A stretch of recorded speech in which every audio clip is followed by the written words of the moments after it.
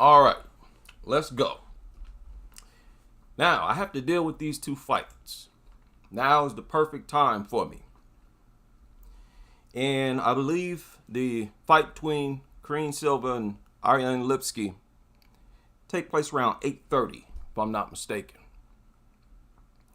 It started at 7, 7:30, 8, 8:30, 8:30, 9 o'clock. So we got a few hours. Now let me say about the first fight, which was Liang Na against Ivana Petrovic, or Petrovic. Petrovic won by arm triangle in the third. Liang Na, she loses a lot of fights. I don't think she's won not one fight in the UFC. Not one. But she is very explosive early in fights. It's like a wow factor early in fights with Liang Na, if you ask me. It's like she make you go, whoa. If she gets going and, don't get slept early in the first round, there's a lot of entertainment early in her fights. Like, she is explosive, but she gasses out something terrible. They introduced her as a wrestler and something else. I don't think she's much of a wrestler. And there's something about her lower half that makes me uncomfortable. Lower half meaning her body from the waist down. She don't look like she got much weight or stability back there. It seems easy to take her down. It don't look like she got much leg strength, much quadriceps or hamstring or glutes. Listen, glutes are important, especially in fights. Especially in fights. A lot of fighters fail to train their glutes. They figure and you train them enough when you do squats. But it just don't look to me like she's that stable. She don't look that stable. Early in fights, her punches are thudding. Talking about Liang Na. And she was piecing Ivana up. This was at flyweight too. I thought Liang fought at 115. I believe she did a little while ago. And I don't know, she's just got a strange body. She looked too light at 115. And really at this weight, she looked too light. But if she gasses out quick, she looked like she got potential to stop you early if she could, catch you. But she gassed out. Ivana eventually wrestled her up, kind of mauled her. There was some submission attempts going back and forth. Look, I thought it was a good fight. I thought it was a solid fight. So listen, I like the critics of WMMA. I laugh a lot when they trash WMMA. But you got to admit, if you're just being fair, it was some solid fights for women, that is. Of course, they're not going to perform like the men. A lot of effort. I thought there was a real attempt to hurt their opponent. Petrovic, she need more defense. Simple as that. That's the issue with all of them. Women need, if you ask me, they need to focus on straight shots. Women typically do not have side-to-side head movement. They just don't. If they don't move back to avoid the shot or don't block it, most of them don't use no guard like that, they're just going to get hit. So, focus on closing distance. And I'm primarily talking about Ketlen Souza. How about your girl, Ketlen Souza? Her punches are thudding. She need to focus on her delivery system. Shout out to Lolita in the house. She need a better delivery system for that power. She got above average power to me. Ketlen Souza, I'm talking about. He was piecing Marnik Man up. She won her fight. Let's talk about Ketlen Souza, because she had a bad UFC debut. And I was, going into this fight wondering how she was going to perform based on that fight. Whether she's going to be shelled up, timid, sort of reluctant to open up. She seemed a little bit early with the leg kicks, a little passive. But then she opened up with that first combination. It seemed like she was okay.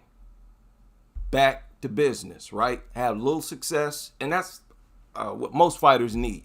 That's bouncing back from like a knockout or a bad loss. They need to get back in there. Ideally, as soon as possible.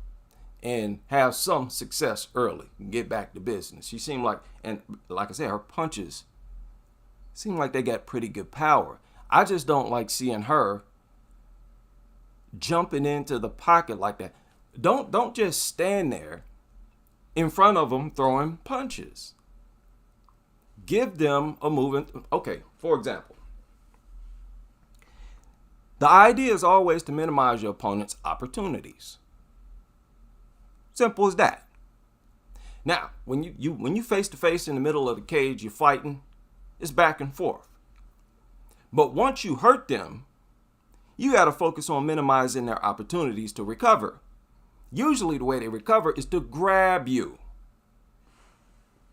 That's what they're going to be looking to do. If they're dazed, they feel like they can't get out the way of your shots. They took a couple good shots like Marnik Man did. They're going to try to grab you. The last thing you need to do is let them know that you're going to stand right in front of them and not going to move nowhere. Don't ever, fighters go back to bar fighting when they have a little success in the cage. When you have success, meaning like if you hit your opponent, you stun them, that's when you need to exercise more discipline.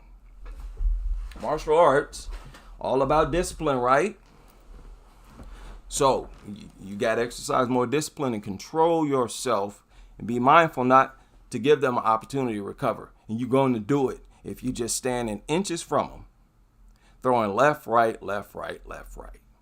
So that was, and I was disappointed about that, a huge waste of above average power.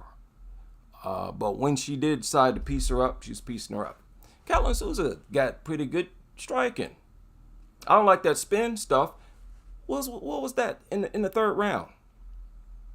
Where it looked like she had Marnik Man hurt, or at least stunned. She started to open up on her. As best she tried to take her out in that third round. Marnik Man was against the cage, kind of stunned, kind of slumped over. Ketlen Souza had all the distance, had the range, do whatever she wanted to do. She decided to do a double spinning back something, and just fell right into Marnik Man. Just, I thought, ruined a stoppage. Just threw her stoppage victory, potential stoppage, out the window. So that was the only disappointment. Other than that, I thought she was doing pretty good. You could tell she went back to her corner. I'm talking about Ketlen Souza. And her team told her to try to finish the fight and to try to use her fists. I don't know why more fighters don't do that. Like, if you know your fighter got above average power like she do, it don't look like it's knockout power, but it's enough power to stun you. Compare her power to Casey O'Neill, who couldn't hurt a fly, even if she tried. In all of her UFC bouts, Casey O'Neill, her punches are worthless. 100% worthless. She landed flush shots on Ariane Lipsky as well. Casey O'Neill, go back and watch him. There's one she landed early in the first round. Go back and watch. Ariane Lipski's reaction. It barely turned her head. Yeah, compare that power. When you realize your fighter got above average power, all you need to focus on, really, is a delivery system for it. Now, Marnik Man is up against the cage. She took a few good shots, and you can tell Marnik Man was fairly easy to get out of there. All Souza needed was to open up on her with intelligent offense. I think she could have got her out of there in the first round. When those bombs is coming, Marnik Man is going to shell up. It's just too much. So what I feel like what Ketlen should have done is landed a few shots. Those flurries were going to get through. They're going to be effective. Marnik Man was not trying to counter Ketlen Souza's combinations. She's not trying to counter them. Throw a flurry. Go backwards. Move laterally. When you stun your opponent, become more of a moving target. Between your shots, between your flurries. You just stand there. That's my dream. If I'm stunned, and I've been stunned at boxing. If I'm stunned, I'm seeing stars. And you standing right in front of me trying to tee off on me, and I'm covering up, that's what I want you to do. I want to know where you are, because I'm hardly looking at you. Hurt, trying to cover up, I don't know where you are. If you just standing there, I'm going to grab you. Oh my goodness. Stop doing that. This is not the first time I've complained and thrown a fit about that. Please stop doing that, especially with somebody with above average power. I appreciate that power. And I thought Ling Na had pretty good power, at least early in that fight. But man, she gasses out. Yeah, she's going to get cut. She is going to get cut. Now, the main event. Man, seemed like, man, she mainly a wrestler.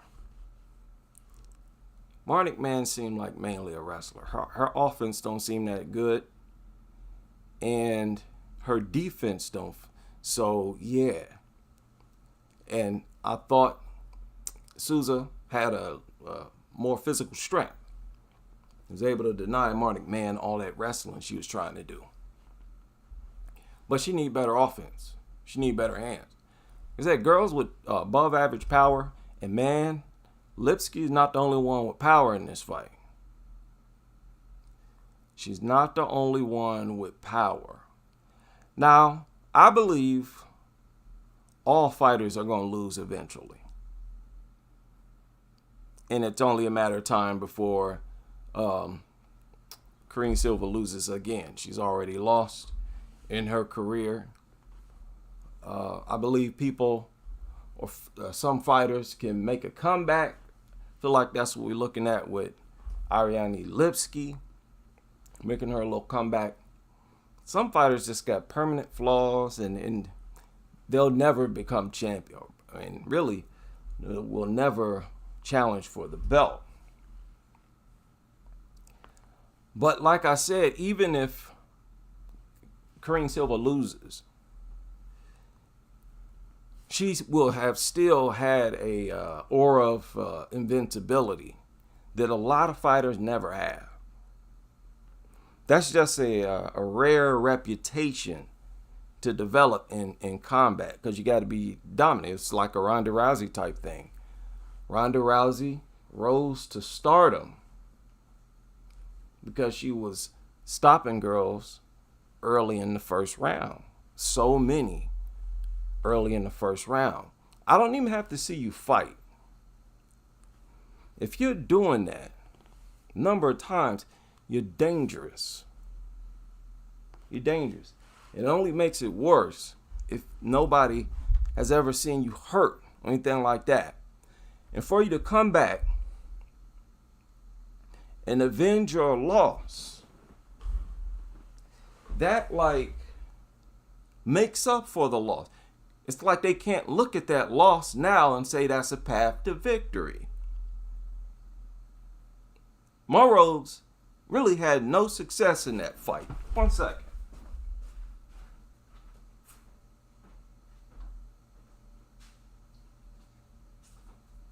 Morrows tried to wrestle.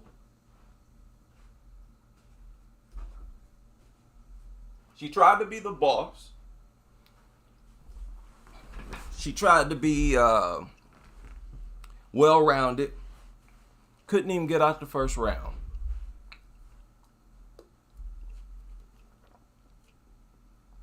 So that is how you avenge your first loss.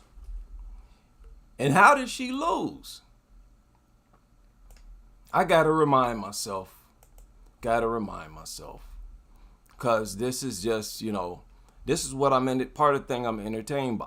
And no matter who it is,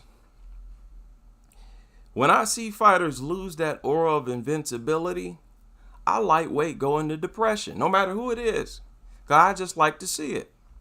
I like to see success, like above. Oh, she got 2 losses. Or I'm not talking about. She got several losses. Several losses. She got 4 losses. So, and that happens. A fighter will take a few losses, then for a while in their career, they'll seem unstoppable. We've seen that several times. Right, especially with the men. However, even when she suffered some losses, outside of those losses, look at how she was winning her fights. Second round, first round, first. And she got, first, second, third loss. She got submitted early. Submitted in the first round by Nibar. And submitted by armbar by Morrows. Got knocked out in her MMA debut. So it seemed like she's getting better, learning from her mistakes. And for her to have lost by submission twice, that's crazy to see how formidable she is now, how dangerous she looks now on the ground and as a submission specialist. And she's still getting submissions in the first round. Talking about Ketlen, Kareem Silva. She's still getting those first round stoppages in the UFC.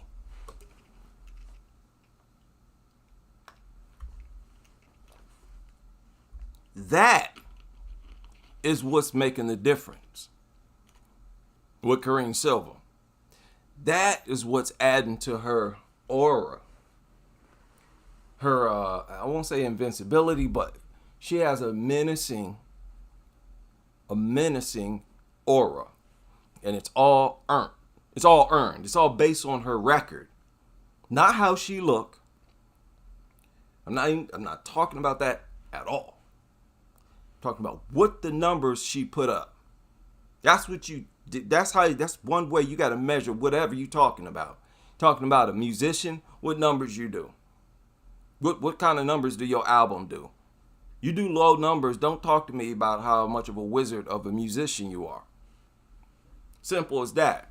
You got to pass that test first.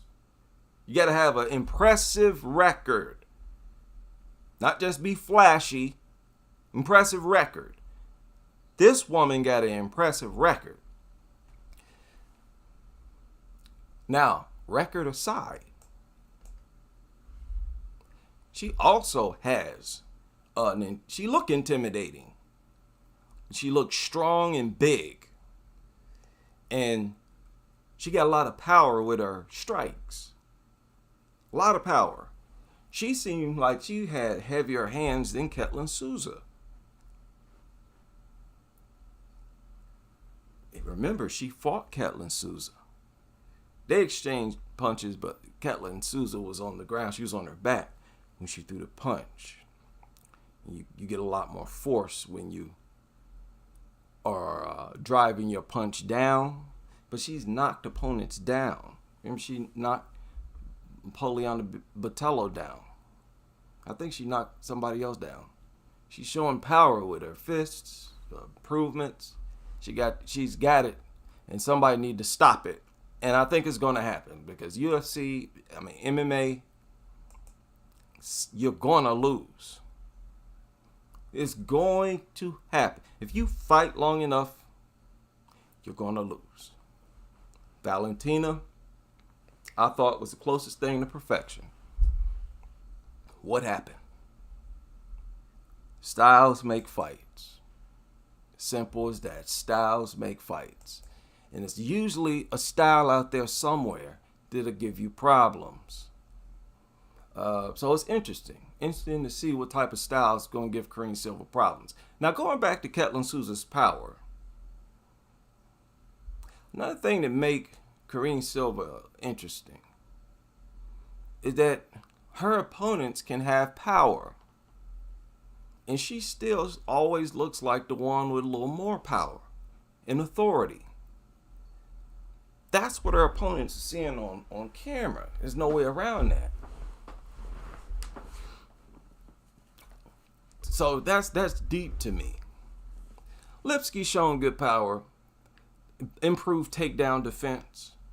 Lipsky, I think she joined a top team, if I'm not mistaken. She fights at top team. Joanna's old gym and I think team or whatever. Can she stop? And Ketlen Souza, her takedown defense don't look that bad. Kareem Silva seems pretty skilled at getting fighters down. And that's the thing. And Ariane Lipsky won her most recent fight by armbar. Armbar Casey O'Neill. So what are we going to see? I don't know. I think Lipsky got a chance anywhere. Like I said, MMA is a pretty much tit for tat type of sport. You really got to be a rare talent to be dominant. And that's why I like seeing it. Valentina gave us a streak of invincibility. There's a lot of excitement when fighters are successful. And you know, today's world, people don't like to appreciate other people's success. A lot of envious people in the world. If you can set that aside, it's a fun ride. You know, most of us will never be fighters, definitely never be champions.